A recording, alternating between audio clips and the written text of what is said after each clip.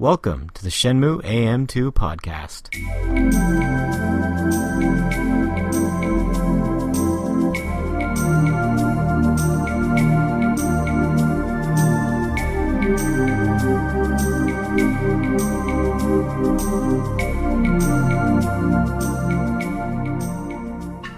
Welcome back to another episode. This is episode 12 of the Shenmue AM2 podcast.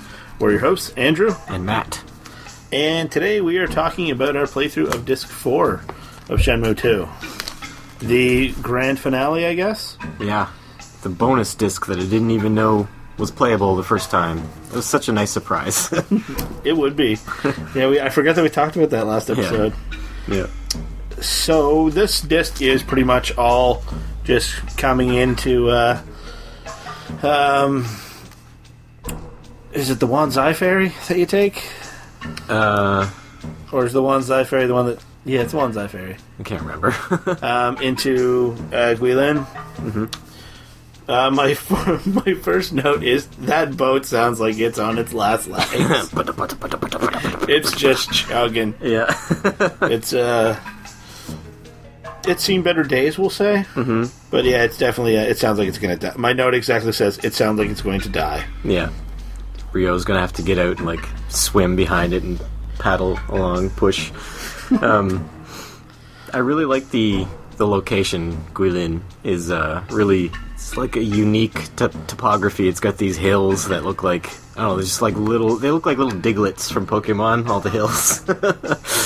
They're just what's in the background of Mario 3. Yeah, basically. I had a friend, I worked with somebody who was actually from there, and I never got the chance to show her Shenmue 2, because I didn't have a save file in that area at the time that she was working with me. But her name was Ling Ling, and she was a very unique individual. But I wanted her to see that and tell me how close it was to the actual thing, to the actual region and the people. But yeah, she was really odd. She wanted to hang a turkey outside her window in the wintertime to keep it cold, and she asked me if it was okay if she could, like, kill the pigeons in the park and eat them. And another time we went to a restaurant, and they took a long time to get us our food, so she's just like, on the way out, she's like, I'm taking this. She took a pack of gum. Like, they didn't say, hey, we'll compensate you. She's like, I'm compensating myself. She's just very, like, odd. But I liked her. What was your response about the pigeons? Now that you brought that up, I need to know. I was like, no, you cannot do that. She didn't understand why, but I'm just like, trust me, you're not allowed to kill and eat the pigeons in the park. Here in St. John's, New Brunswick, we do have a lot of pigeons, so I don't know if... I'm not going to say I endorse killing pigeons, but we can help control the pet population. Guilin looks beautiful in that game, especially, I mean, considering this game came out, almost 20 years ago now. We're in, like 16 years ago? Mm. It was impressive graphically at the time. And it's different than the rest of all of the other discs, whether it's Shenmue 1 or Shenmue 2. Mm-hmm. It's a completely rural setting. I like that that's how they chose to end the game with, your travels through there, which we'll get to. Trying to ask for information in those little, like, huts right when you get off the boat, and everyone wants you to buy something before they'll give you information. Yeah. And then I went to, the name of it was Langhui Shop, and there was just no one there. There was no one in the shop. Yeah, I went in there too. I thought that was kind of odd. I don't know if they just forgot to put someone in there, or if it was just intentionally left that way. But I was talking to one of the kids, and I ended up lying to him and telling him my mission was to go fight ogres. and Whoa, that's not what you do. I thought that was the whole point of this game, was to fight ogres. Well, I guess Lundy's kind of an ogre. But the description of the ogres, that I can't remember if it was Ryo or if it was the kid who said this description of the ogre is like it had horns and tiger skin pants. Well, you have a tiger jacket. I do. You don't have horns, though. As far as you know. I don't know why I'm saying you. We're playing in the same character here. So you start your travels. You're walking. The first time you encounter Shenhua, they make it a point not to show her face until she actually jumps into the water. There's nothing. You're seeing it entirely from kind of Rio's perspective, I guess. But I like that they intentionally did not show it, because obviously, you see her in the dreams and everything, so you know it's her if you've been paying attention. But does he know it's her?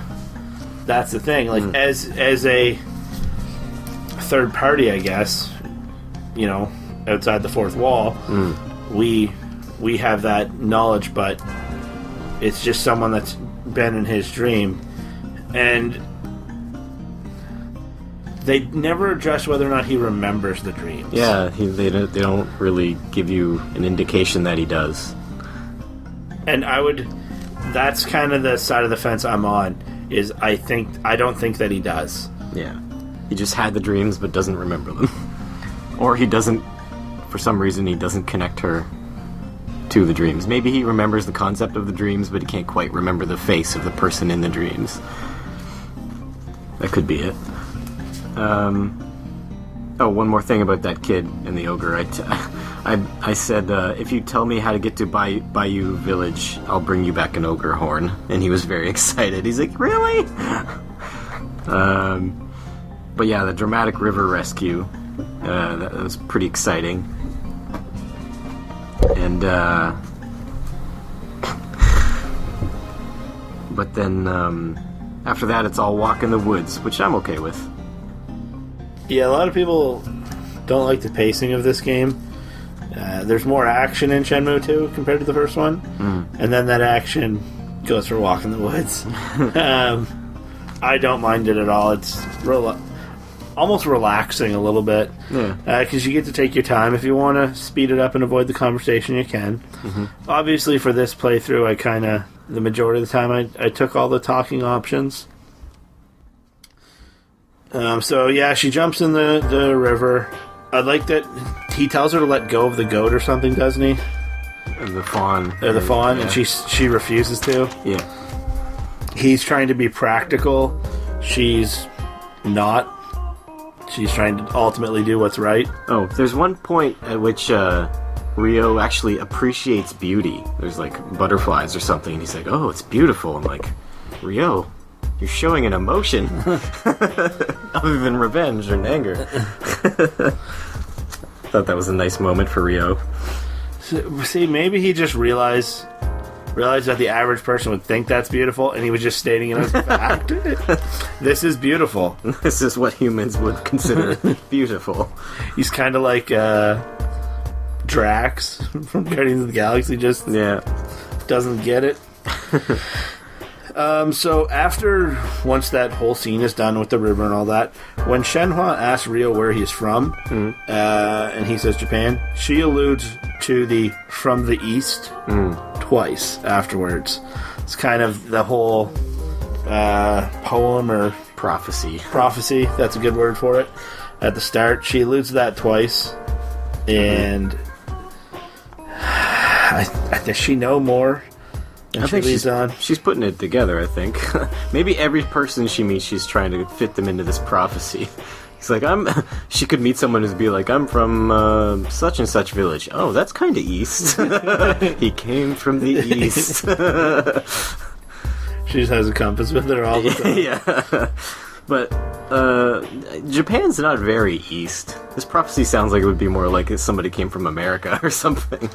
It's very east of Japan, or China. Yeah. I mean, Japan's east, but barely. Do you think this is going to be like when they say from the east, it'll be like Jurassic Park and like end up in New York? Please don't. Please don't end up in New York. And no dinosaurs. Hey, Shenhua! Let's take out Lundi! They changed the QTE sound on this disc. They did from Are all of them different? Maybe, I think they are. Maybe it might just be the run through the woods QTEs. Because when you're on the cliffs and you're trying not to fall off the cliffs, those are regular, aren't they? Yes, they are. Yeah. So yeah, they did change it when you're going through the woods. That's weird. I like how you can predict the QTEs based on what it's going to be. Yeah, based on their movements, but then they change the camera angles up to try to mess with you. Yeah. So you always know if you're going like under the log, it's going to be down. If you're jumping over the hole, it's going to be A or B or whatever it is. Mm-hmm. And they show Shenhua do it first. Yeah. In most scenarios. Yeah, but they keep switching the camera, so you got to really think about it. They allude to Bayou Village being around since the Tang Dynasty. I think that's important, and we'll discuss that in our predictions for Shenmue 3 episode. Okay. I don't really want to get into any more than that. You got a big scoop? You got a big theory? X-Files? I don't know. So there's also, besides the butterfly thing, there's also Firefly Spring, which I think we saw in the Shenmue 3, one of the Shenmue 3 promos. Wonder if it's the same, if they go back there, or if there's another one. Or... They might, yeah. Again, we'll kind of avoid the Shenmue 3, but yeah, it might be the same one, but it's that's something nice to show off the graphics of Shenmue 3. Mm-hmm. It's a nice little ditty. This is something about, again, us living in Canada. When they talk about the fire and deer leading villagers to the spring of water, it sounds like one of the heritage moments that we used to have on TV. Yeah. When we put this up on YouTube, I'll see if I can link one of those or put one of them in the description. There are these just... I don't want to say corny, but we used to have these historic little interlude commercials here in Canada. And it reminded me of one of those specifically. Which one? I think it's the one where the family has to douse themselves in water all night. Oh, yeah. In the river. You have to do that whole running through the forest thing twice. You got to do it once in the dark, where they use the dark to obscure what Shenhua is doing, kind of make it harder for you. And like you're racing against time to get to this cave. So what happens if you fail too many of those? Anything? Do you still make it, or do you have to do it all over again, or what? I don't know. I don't. They're just too easy to pass. I've never actually thought of intentionally like messing them up just to see what would happen. Maybe the next time I play through it, I'll do it. Try to do the failingest playthrough ever. Fail everything. Well, by the sounds of the way you talk about QTEs, you seem to be doing that for us. Yeah, it's half the time, yeah. Matt, do you know who holds back the electric car? And who makes Steve Guttenberg a star? The Secret Society? From The Simpsons? Stonecutters? Yeah. Do you know whose dad's a stonecutter? No. Shenhua's. Oh, right, yeah. Weird, I wonder if he made those weird little statues in the cave. He must have. But yeah, just the way when they said stonecutter, that's all I could think of. We do. Take off the stone of whatever, and attach the stone of whatever the larger one was. So yeah, inside the cave there's all these little statues, but I don't think there's any way to ask her about them. I don't know what they mean, who put them there. I don't think you can pick them up either, can you? No, you don't even remark on them. Like, Ryo doesn't. You can notice them, but he doesn't. And they could have been put there by someone else, but more likely they were just there, I think. My next note was, QTEs just keep Disc 4 interesting. They're just a way to kind of make it interact. Yeah. You see a lot of this now, especially with like the Telltale games, like the Walking Dead games, the Batman games, the new Guardians of the Galaxy one that's coming out. The story kind of progresses and you interact with it as it goes on almost. And I found Disc 4 is reminiscent of those. Or those are reminiscent of Disc 4, I guess. Yeah. Are you at the cave yet in your notes? My next note is about the cave. Yep. Okay. When you're talking to her about your friends and the Nozomi theme comes on when you're talking about Nozomi, I didn't have a save file from a previous game to use since this is a UK version of the game and my Shenmue 1 is American or whatever. So I couldn't bring my save file over. So this I start with whatever you default start with in this game. And if you go with the default, I assume canon storyline, Ryo took the good picture from Nozomi. The one of the two of them together, you mean? The one of the two of them close together, yeah. That's the one that Ryo has. Poor Nozomi.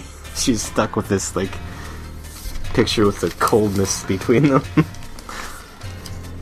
Ryo's a jerk. Are you talking about when you alluded to the caves, you meant the cave when you spend the night? Yep. Okay, so I do have a note about that. When Shenhua asks, where did Nozomi go? And he says, Canada. Mm-hmm. What does Shenhua say? Canada. Which also alludes to another one of those heritage moments that we have here in Canada. I cracked it up cracked me up because I'm making my notes as I'm playing through. I'm like, I didn't think I'd ever make a heritage note, and then I made two of them off of one disc. The village, the people. I will definitely put that one in the link on the YouTube. Yeah, you have to now. And once you watch them, just keep going through them because they are fantastic. They're all gold. They are comedy gold. There's already a fire pit in that cave. Yeah. So who did that? It seems like she's been in there before, but I don't think she made that most recent fire. So, yeah, I guess it's just travelers. She can't be the only one who travels the paths. Do you think it might have been someone on the way to the stone pit? Maybe. Someone evil? No, I was thinking more Cool Z. Oh, okay. Someone left a boombox in this cave.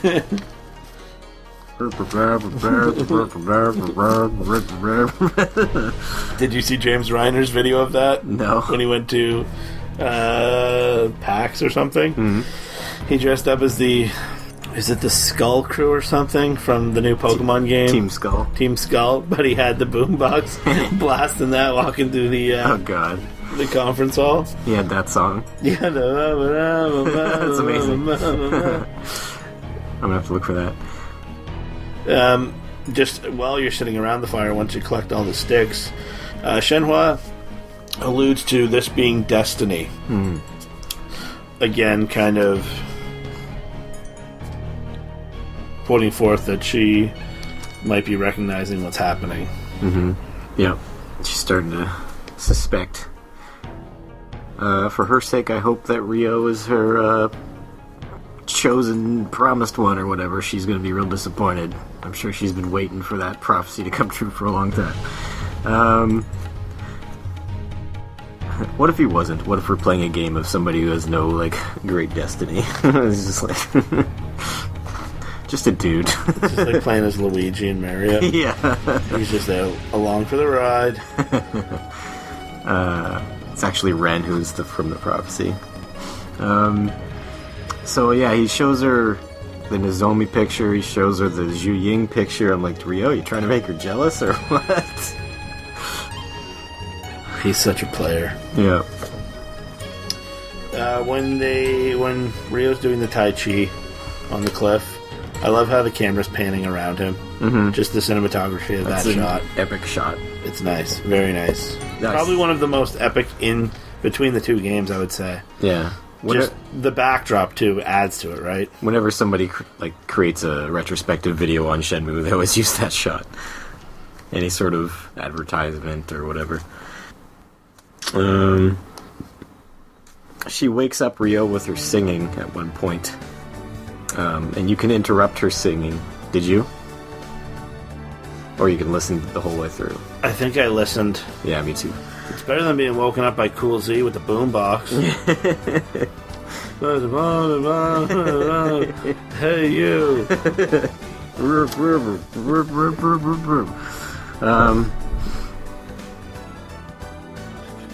So, when you get to the forks in the road, the next morning when you leave again, and it gives you the map option, the map capability where you can mark things on the map. Do you ever use that? No, I just remembered which way I was going. Yeah, it's not that hard to remember where you're going, or because the map does draw the paths that you've been on, but you're also allowed to like mark specific things on the map, which I didn't really understand what they wanted me to do with it, so I didn't do it, and I didn't seem to need it. When you're going on that part of the walk, Shenhua talks about bears and how a mother will risk its life to protect its children, and Rio repeats that, and that's exactly how this whole saga starts. What do you mean? In the dojo, an episode like in Shenmue 1. Oh. Iwa yeah. Risks his life to protect Dio-san. Dio-san. Hi, Dio. Iwau's he's a good mother bear.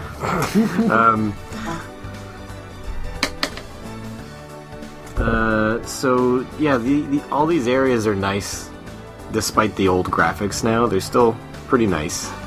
They can get some nice vistas and sense of nature through these old graphics. At the time, it was state of the art, but even like 5 or 6 years after it came out, I was still like, this could stand up to any game of today. But now it obviously can't. But I still like it.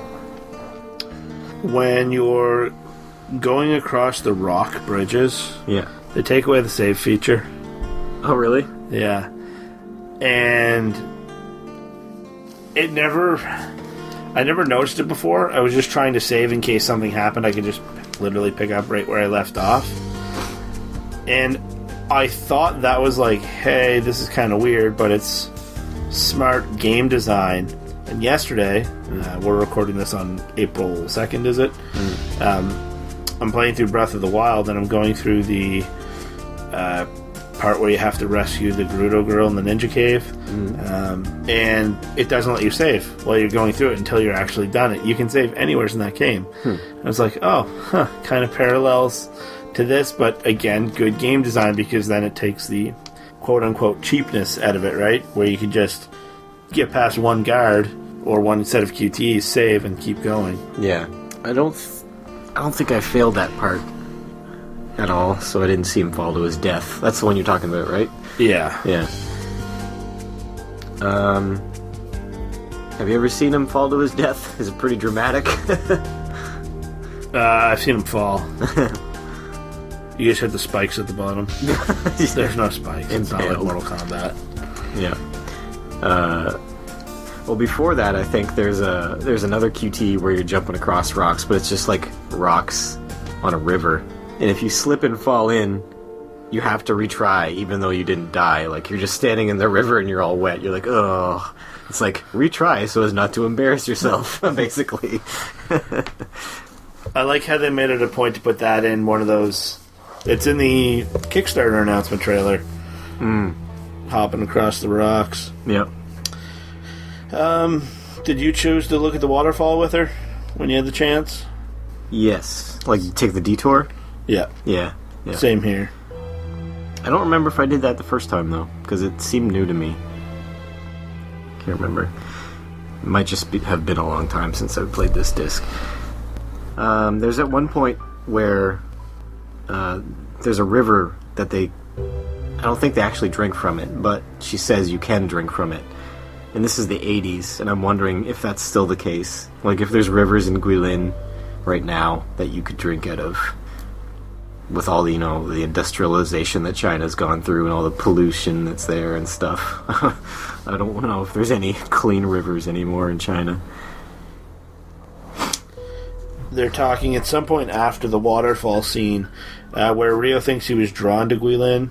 He said that he doesn't think their meeting was just a coincidence.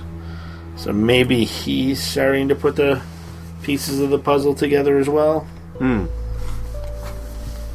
It's shortly before you get to her house, that part. There's one part where you need to take another detour to see some flowers.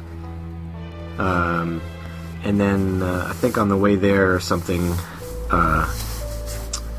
Rio brings up that Nozomi gave lilies to his dad, and she does kind of start to get jealous. She's like, "Are you talking about Nozomi again?" Basically, like she kind of gets short with him for bringing up Nozomi again.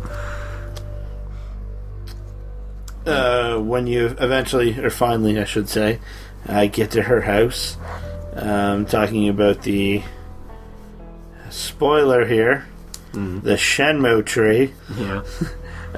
She just says that it holds a special meaning to her, and that kind of parallels the cherry tree holding a special meaning to Rio. And they're very similar in appearance. Yeah, Shenmue tree is just like a gigantic cherry tree, it looks like.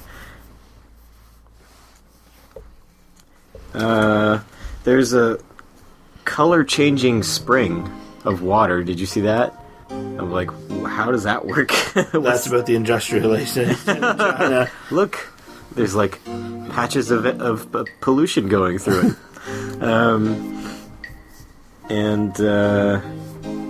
There's the rocky... Yeah, oh yeah, when you brought up the rocky area that you can fall to your death in, and like the wind carved the rock. I'm surprised she knew that. That's a very scientific explanation for the rocks. But I'm wondering if there's any area like that in real life, because that'd be really neat to see. The Hopewell Rocks here in New Brunswick? Well, they're not quite like that, but... there was a path that you could... There's like a detour, I think I mentioned it already, where you take a path and there's like all these dandelions, and it's if you take the left side, you go to see these dandelions, and like Shenhua can make the dandelion seeds fly away with her mutant power. She's an X-Men. Basically. Like, she just, like, concentrates and all the dandelion seeds all go floof. And then Rio's like, whoa, how'd you do that? And Professor X shows up. Yeah. Yeah, they talk about how that's how she does it. And he has to pick them up individually and blow on them. That's how he has to do it. Yeah, she definitely has some sort of connection with nature. Other than her name, which is my next note. Shenhua is a flower from the Shenmue tree. Makes sense. It only took, 2 full games to understand why this game's called Shenmue. People just think it's about a whale at SeaWorld and mispronounce the name a bunch. But you finally get that little bit of payoff with regards to why it's called Shenmue. Do we get a payoff? Do we understand why it's named after this tree? I don't think we do. Well, yeah, but the game's outside the fourth wall. We're playing this as a form of entertainment, Matthew. They could have named it anything, but they chose that tree. I don't know. Probably because it has meaning. Yeah, but you said we finally understand the meaning, and I don't think we do. Understand? No, the meaning of the name. Yeah. It's just that it's named after this tree. We know the reference of the name. Yeah, I guess. They redid the carrot memory from the first game for some reason with your father. I don't know why. And the thing is, I thought that was a weird choice because you don't necessarily see that memory in the first game. It must be an important one then, because they really want you to see it. Because you can skip that if you don't look at the table. Yeah. There's a book about constellations in her dad's house, or her house, I guess, which I think might be important because the Phoenix Mirror, when you're back in Dragon Street at Ren's hideout, it shows the Big Dipper as part of something, so that might be reference material for the two of them to find where they should be going next. I've completely forgot that Shenhua was adopted. So I assume her, real family somehow important to this whole legend, like her lineage or whatever. She's probably royalty or something. Yeah. Rio says he feels connected to the tree. And again, we don't really know what that means.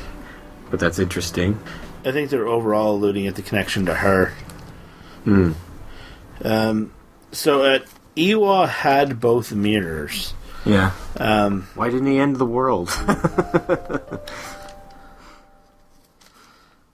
Yeah. No, he wouldn't end the world. No, I don't think he would. I just put that down as a note. And again, we'll talk about it in our discussion of what we think will happen in the third one. I think there's more to these mirrors than... Not necessarily to the mirrors, but the people around them. Mm-hmm. And then my next one was, what happened to her dad? Why is he gone? Who took him? Did somebody take him? Did somebody take him? Because he left a note, like he was leaving or something. So, I don't think anyone took him, really. Maybe he just jumped off one of those cliffs into the water. I don't know. This is kind of rewinding from there, but I was like, Rio, why don't you help her make food? Help her make dinner. You both were walking in the woods for a long time. You're both exhausted, but now she has to cook and you get to relax. You jerk. He's just in there reading the newspaper, watching TV. The sports are on. The sports are on. Her dad wouldn't let her in the secret part of the cave and wouldn't tell her about the mirrors. Mm-hmm.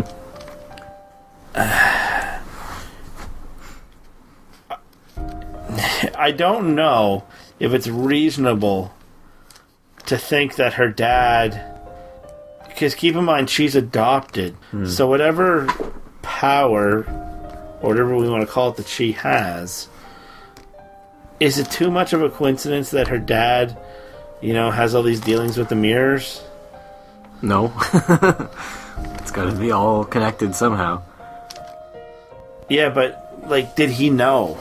He's basically Obi-Wan Kenobi. Take care of this special kid. I've never seen Star Wars. I don't get that reference. Oh, never mind. Sorry, Internet. I've never seen Star Wars. Other than Episode 1, which apparently is the best one, I've heard. Oh, God. Well, Jar Jar's in it, right? The fan favorite. Oh, jeez. Starting fires. Yeah.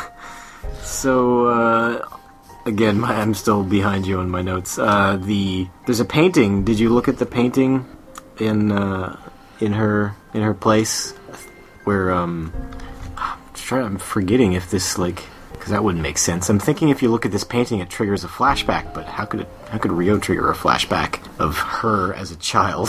I did look at everything on the walls. My playthrough was a little while ago, so not too... For some reason, I can't remember how this comes up, but there's a flashback to baby Shenhua. Did you see that? Is she, on a swing or something? On the tree? Yeah, and her real parents are there. And you're in a completely different place, which I think is called Luoyang. There's a painting of it. It looks like it almost looks like an ancient Chinese city. Like something you'd see in Crouching Tiger, Hidden Dragon or something. But, yeah, I can't remember how that triggers, because it wouldn't make sense for Rio to remember her memory.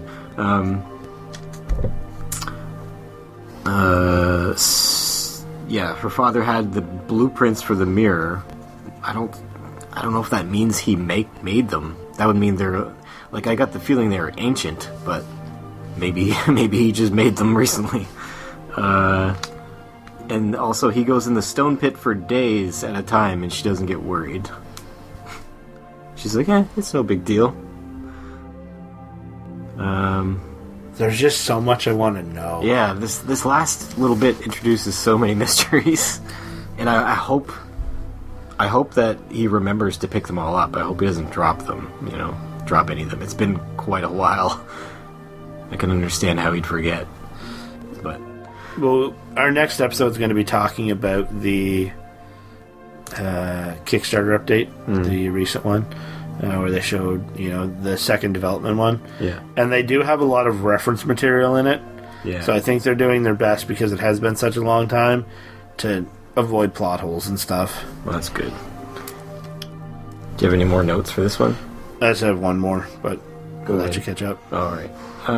So Shenhua's adopted father leaves the sword, which you use to do that mystical puzzle thing.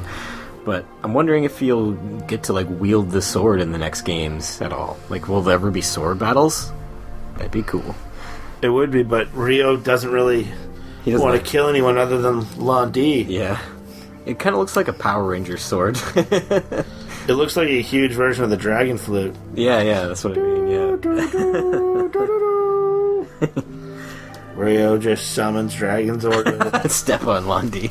That's what the Dragon Mirror is. Oh my god. It's the Dragon Zord Mirror. This makes sense now.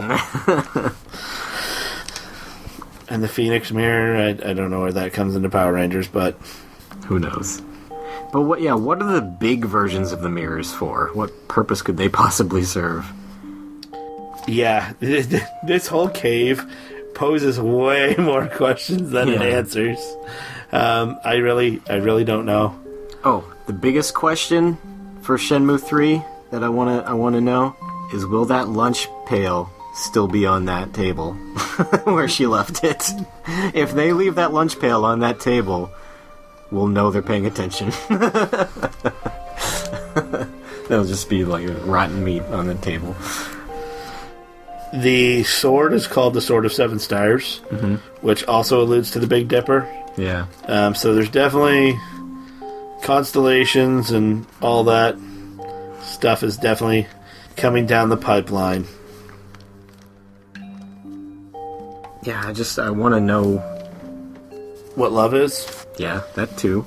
But yeah, I just want to know. I want to know where the next game picks up. I want to know, will the cave layout be identical?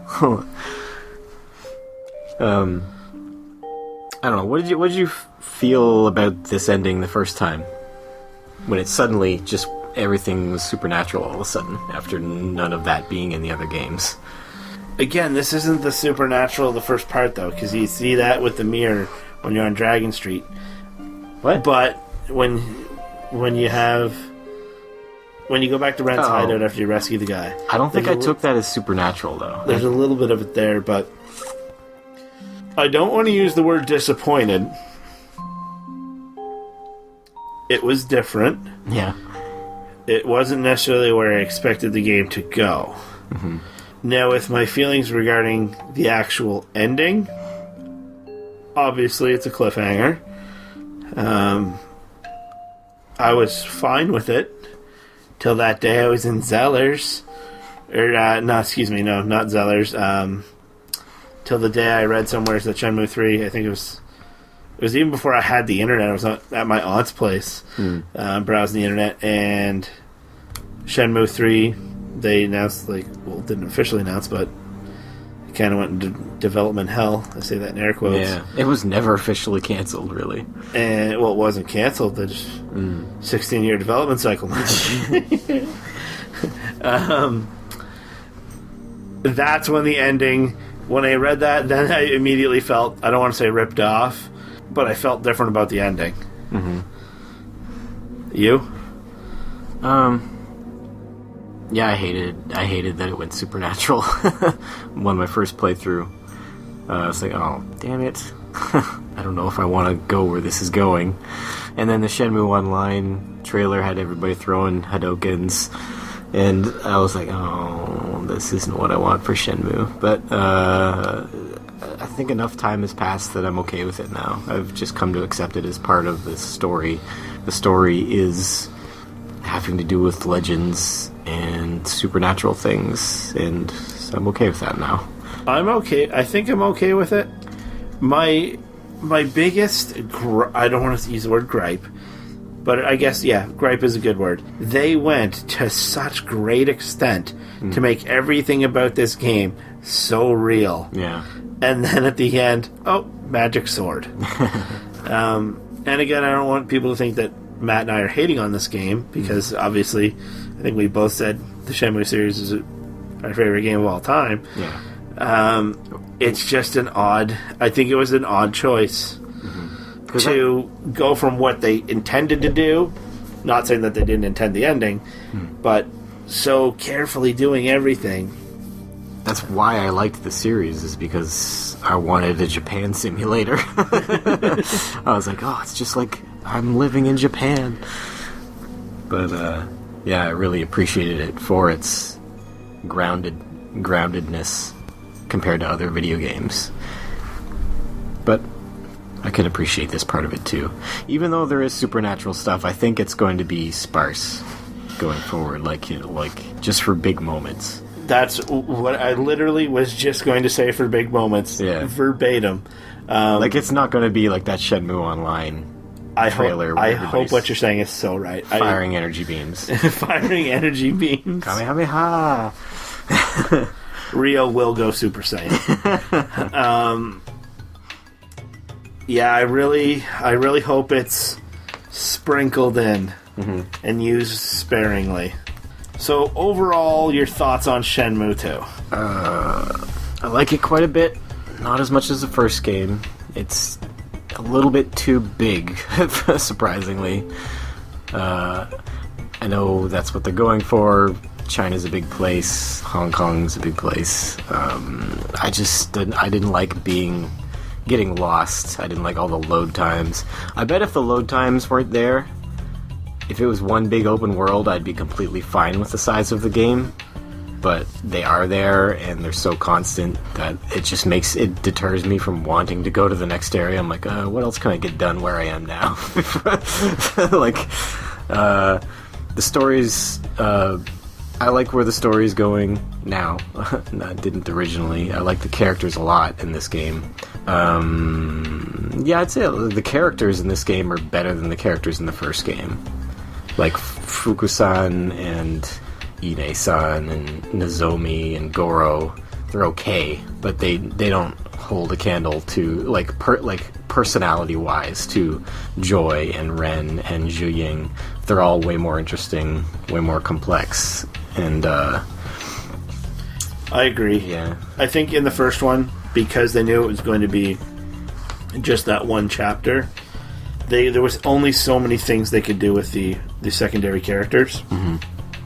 Because you're not going to really, probably not going to interact with Fukusan and Nozomi and all of these characters. Tom, yeah. I mean, there's the phone card thing that's going to happen, which is pretty cool, especially if you get the original voice actors. Please get the original voice actors. But yeah, the secondary characters in the second game are fleshed out much more. There's still a little bit of mystery around Ren. There's still a little bit of mystery around Joy. Still a little mystery around Zhuing, around Wong, around every character. Eileen, Cool Z. Sam and Larry. Sam and Larry. Yeah, it's... I do wish Guizhang was in this game. I liked him from the first. Is it Guizhang? Because there's a Guizhang in this game too, the old lady. Yeah, I believe. Unless I'm getting their names wrong. No, I think they're pronounced slightly differently. Very slightly, yeah. But yeah, Guizhang. Yeah, I wish she had come with Rio like he originally planned to. That would have been cool. Well, I guess you do get your buddy in this. You get Ren. I would like to see Guizhang come back, though, in the third one. I think that'd be a very interesting dynamic between the three of them. Yeah. With Guizhang and Ren being so different. But we'll save that for our discussion of... I keep getting into that by accident. Now, when we get to that episode 2, that episode might be a little bit different because... one of us is going to have to go first when we talk about it.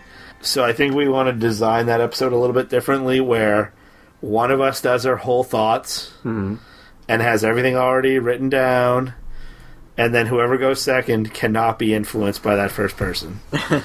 I don't know. It'll be tough to do. I don't want to do it as 2 episodes because that'd kind of defeat the purpose a little bit, but... yeah, that'll be a bit different when we get there. Our next episode is going to be about the second development Kickstarter update. So yeah, my thoughts on Shenmue 2 overall, very similar to Matt's. Still probably like the first game a bit more.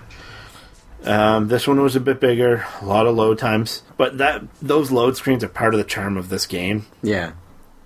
I want to see less of them in the third one, but I want them to be the same. Yeah, agreed. I like how they're doing them, interspersing them in the Kickstarter update too.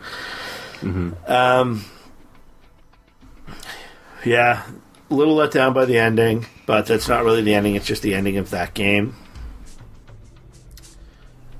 And I'm interested to see where we go from here. Cool. Did we assign like a numbered rating to the first game? I don't think we did. So let's do that. So we'll use a 100-point scale. Okay. So we can be as accurate. What would you give the first game out of 100? Now, are we doing this as we're rating it when it came out, or rating it today? We can do both. Okay. My feelings on it when it first came out, on the first game, 100 out of 100.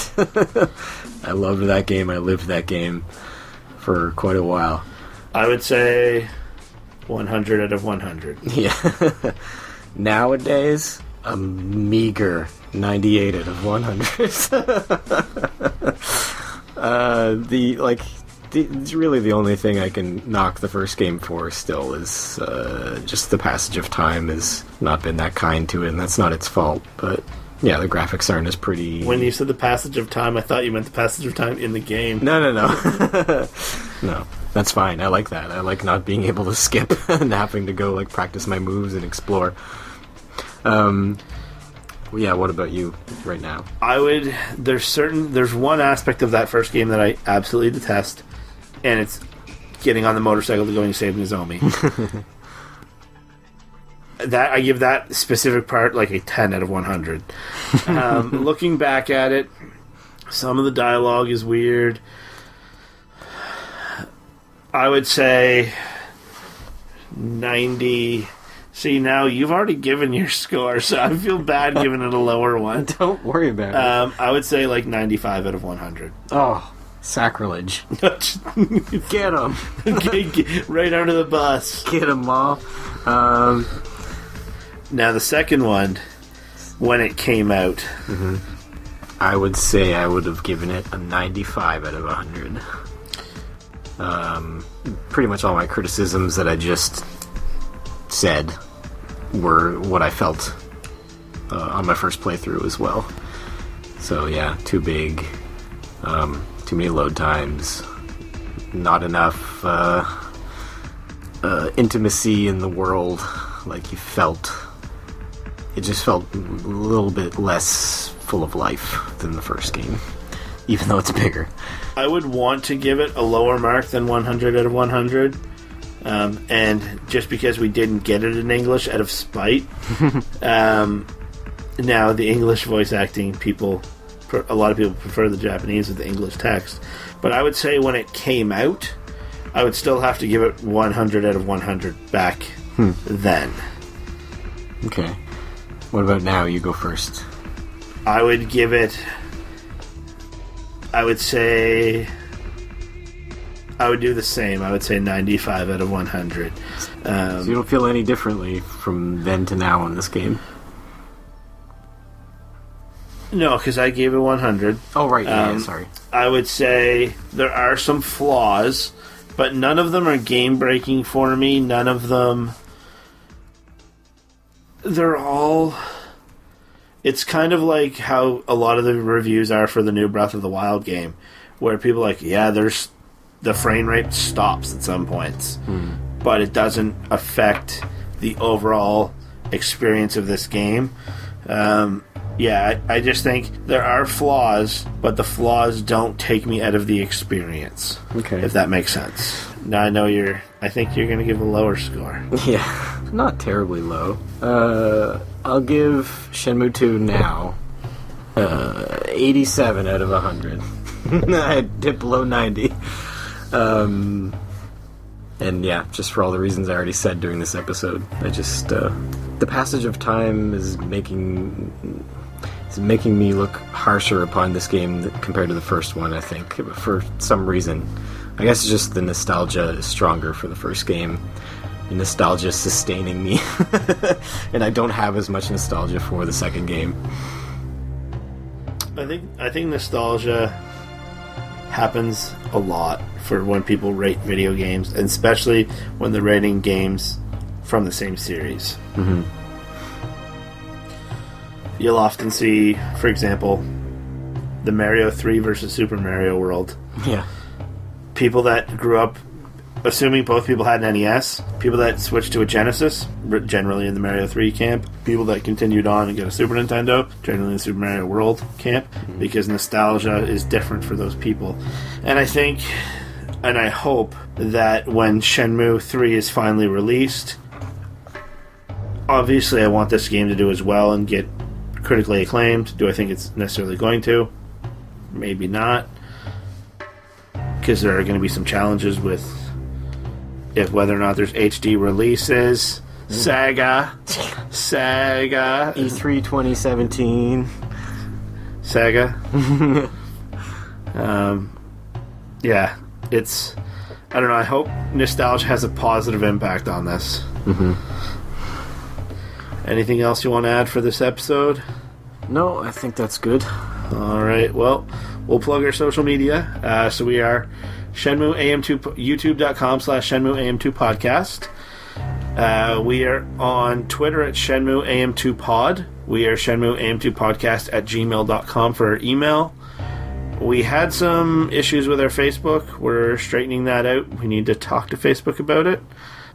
So that may end up just getting run from Matt or I's personal account, or both of us. We'll figure that out as we go. We are Shenmue AM2 podcast on iTunes.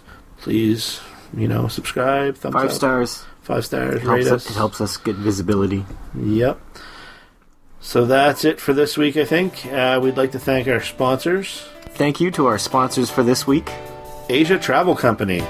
Wait a minute. Thanks, guys.